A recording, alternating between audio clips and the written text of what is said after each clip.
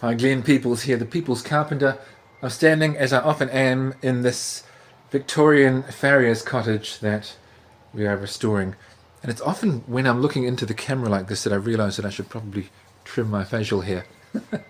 The next big milestone in this project is going to be the installation of piles and bearers and joists and floorboards and replacing floorboards in other rooms. That's going to be a major transformation. Before that can happen, there are a lot of small things that I just want to get out of the way, and they all add up.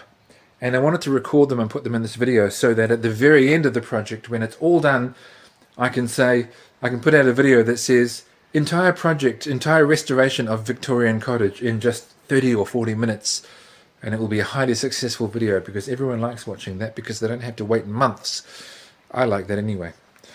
During these tasks, we had some really extreme weather here in the Wellington region. Other parts of the country did as well.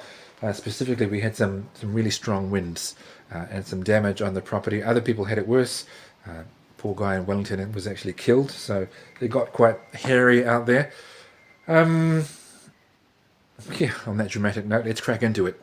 A lot of the work that I'm going to be doing in here over the next little while, which I'm doing today, is all about this smashing and prying, sarking those rimu planks off the wall. When we first decided to renovate this place, when we were in the process of buying the house, and I saw that there was sarking all over the walls, I thought that would be great. I will be able to pry it off and then put it through my planer and then make nice paneling out of it. I wish that had been the case, but it's too difficult to get off without damaging, and some of it's not in great condition, which I guess is why it was used as sarking. So that's not really going to happen. I'm preserving the occasional piece that looks decent, but no, alas, not in general.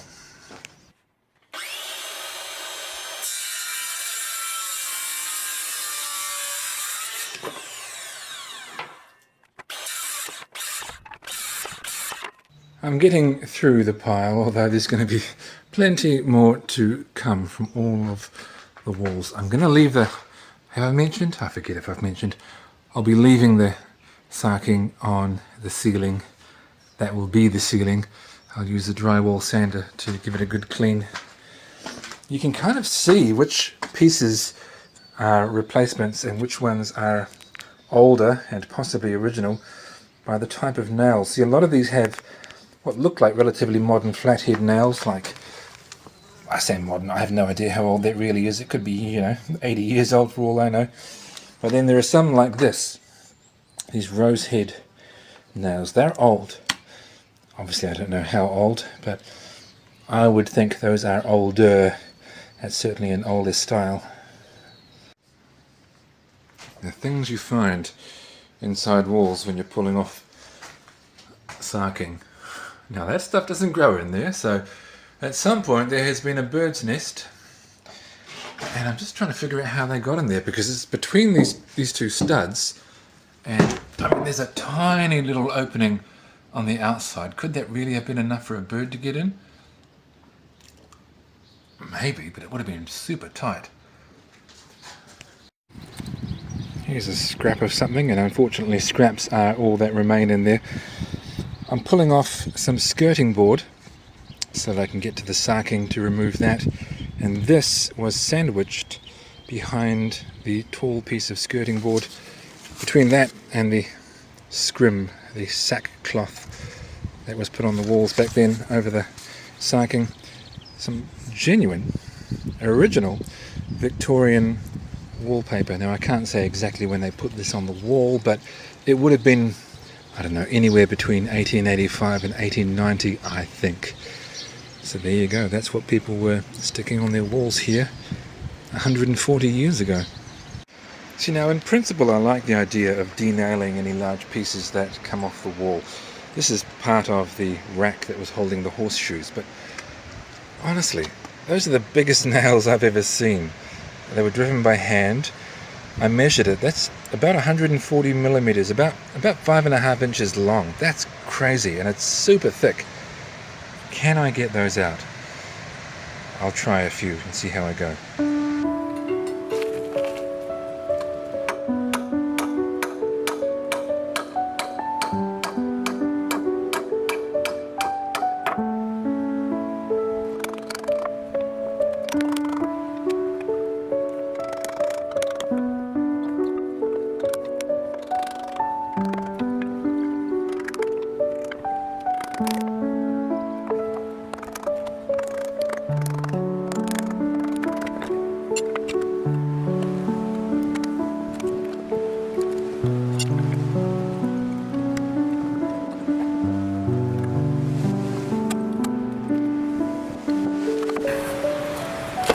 Last one isn't coming out, it's too bent. Man, these things are so big and did so much damage coming out that I don't even know if this thing is usable now. Probably not. Those are crazy. I mean, they obviously did their job well, but I doubt very much that those were necessary.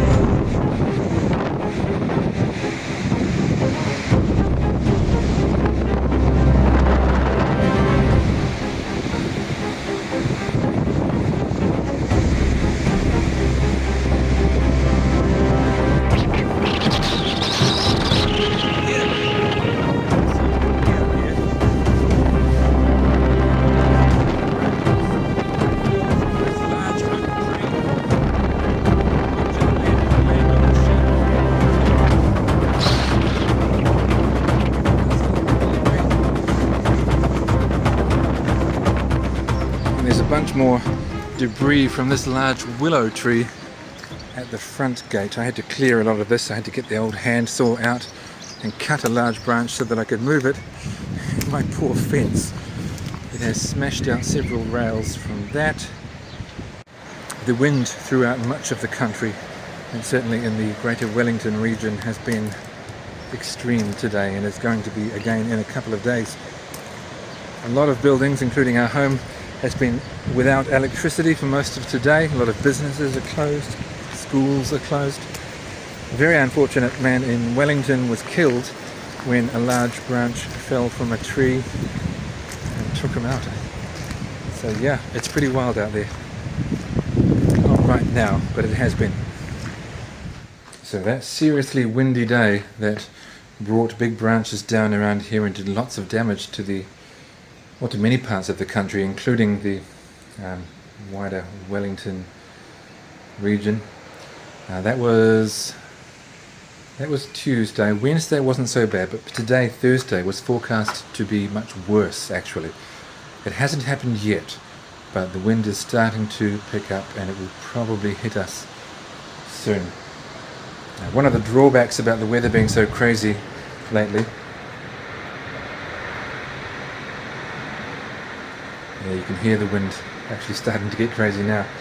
One of the drawbacks is that I can't put these piles of chopped up sarking and other bits of wood into the fire pit because that would be asking for trouble on a really windy day.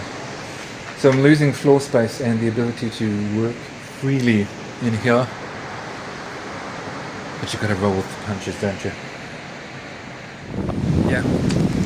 It is starting to get wild. I'm going to head indoors. Well, I'll close my workshop first. One thing is getting sucked out. You know, it's not always about fun projects like making nice little pieces of furniture or restoring cottages. A fellow who I was working with, who also owned a lifestyle block, joked when he learned that I was buying one that a lifestyle property is a life sentence property. I've heard that a few times since then. Sometimes you just got to do jobs, and it seems like there's a never-ending list of them. Like at the moment, repairing that fence that was damaged by that large willow branch that came down in the heavy wind.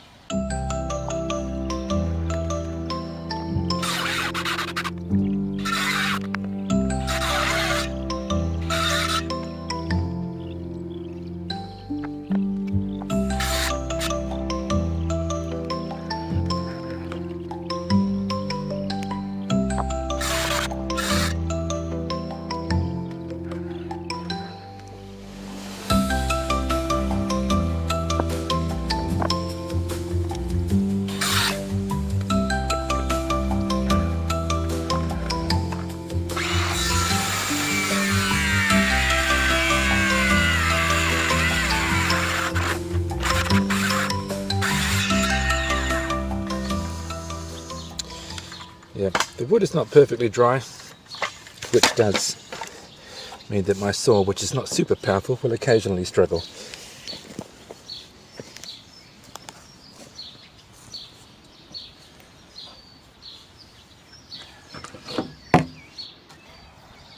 They don't sponsor me. Aquamax, or Mastermax I suppose would be the sponsor, but they're welcome to. I am a big fan of their stains.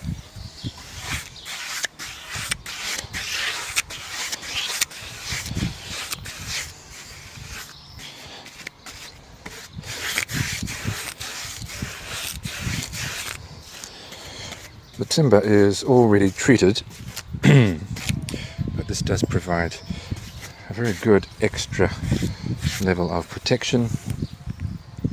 Plus, I'm pretty sure that's what the rest of the fences here are stained with, and so I wanted it all to match. And that's it, all done, good as new. You would never even know, except the part that I just put on looks better because it's brand new. Okay, back to the fun stuff. It's a little bit frustrating. So recently we had that crazy wind. It's Saturday now. The last of the wind was on Thursday. Friday was a nice calm day, no particular wind to speak of. The same is true today. There's no wind at all. It's just a nice day. It's warm-ish. Although during the wind we also had some rain. It's not particularly dry here. But nonetheless, because of the wind, and also because Guy Fawkes is approaching, Fire and Emergency New Zealand have imposed a total fire ban on the entire region. Out of an abundance of caution. It is frustrating. What that means is my work site is still full of chopped up bits of sarking that I can't take out to burn because I'm not allowed to. And it also means that I have to stop removing sarking, because if I remove it and cut it up into piles, all that will happen is my workspace will be more and more full of piles of cut up wood, and I will have less and less room to move. This place will get more cluttered and irritating to be in. So that's why I care about this total fire ban, which seems to me to be a bit unnecessary. So I'm having to decide to do other things instead, like scrub the fireplace clean. Yay.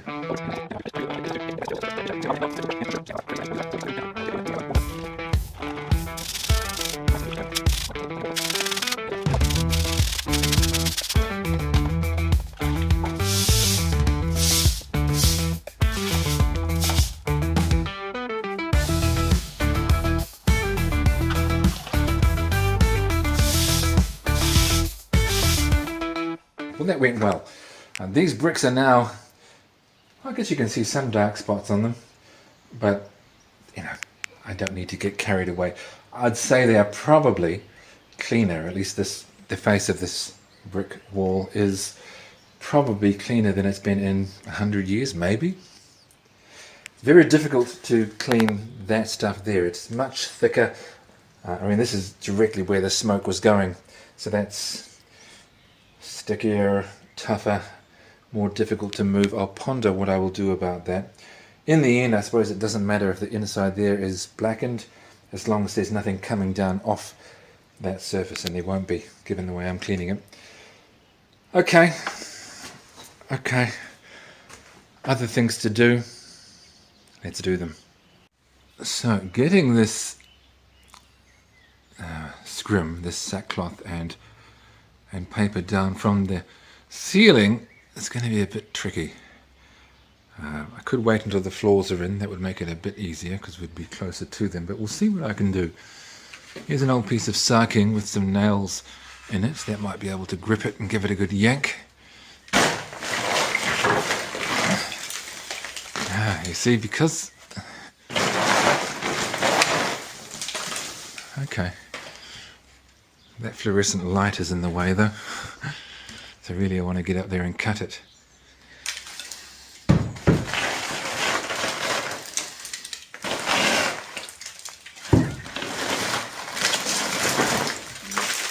Okay, we will get there, as you can see. So this is always interesting, looking at layers of the past, rather like geological deposits. So the outer layer, the top surface of wallpaper, can't really see what the design looked like because it's so covered in smoke. Or maybe I am seeing it and it's just a bit abstract. It doesn't look like anything to me. But the layer underneath that doesn't appear to be smoke damaged at all. It just appears to be old, and it's had this other layer put on top. So it looks like maybe there was a time when there wasn't a forge here. Oh no, that can't be, because that chimney was integral to the forge. So I don't know the history of this, but at some point someone has gotten all the way up there and applied a second layer of wallpaper, and there wasn't a floor, so they had to somehow, maybe they just had a really tall trestle. Fascinating.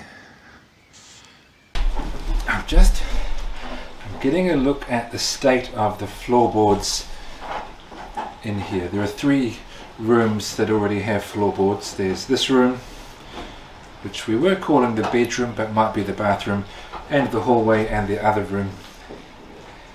I really like the kind of boards that these are, and it would be good to keep them, but I'm a bit concerned about the condition they're in, especially this room, so I'm doing a little bit of sanding to get a look at that.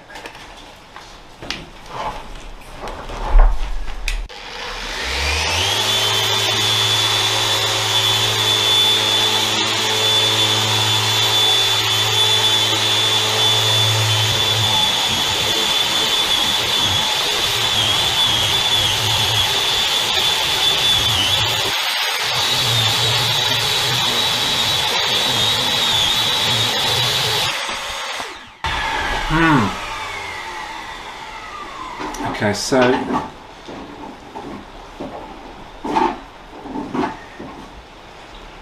these are matai floorboards, which is very common in old historic houses in New Zealand. It's what they had in the house that we just came from, which was a few decades newer than the place we're in now. Well, this building that we're in now. And look, I love the look of them. It looks like a historic cottage. I'm concerned by, those in America you would have things that you call woodworm, you have termites, we have the borer beetle, but it's the same kind of problem. Because the borer beetle starts eating the wood on the underside. That's where they enter.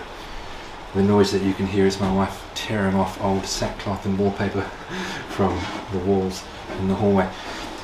Which means that if you can see extensive damage on top, then that probably means the beetle has eaten its way through the board, so it's quite damaged and compromised on the inside. That's the norm anyway. It is normal for it to start at the underside. It looks really bad, but it feels really solid.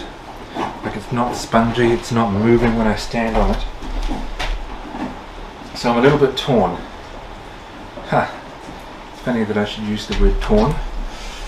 That is the way that we pronounce the type of wood that Americans would call taun, spelt T-A-U-N, and that's the alternative wood that I'm considering, also called aqua, A-K-W-A.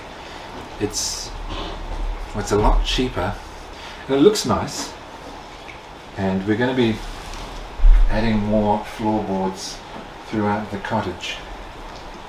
See, here's the thing. Although this is nice and it's historic, it's also a protected species. They can't just go milling it new. And recycled 1 meter of this approximately 140 millimeters wide floorboard costs about $33. That is not a verbal typo. $33 for 1 meter of this stuff. Whereas this Torn, this Aqua, I can get for less than $13 a metre, so you know, less than half price. And that's brand new, that hasn't been used before, and it does look nice, you know, it's traditional wooden floorboards. So I've made a decision. We won't be keeping the Matai flooring, as nice as it would be, both aesthetically and sentimentally. You know, we don't want to make a decision to keep it and then in a couple of years one of us puts our foot through it just because of how bad it is, and it's not in very good condition, it's just not. And there are some fresh pinhole sized holes on there, which is evidence of very recent borer activity, so there are probably some live borer in the floorboards now. And you know, we are putting flooring into the rest of the cottage, and we just can't afford $33 plus per lineal metre for that, when there are going to be many hundreds of metres in there.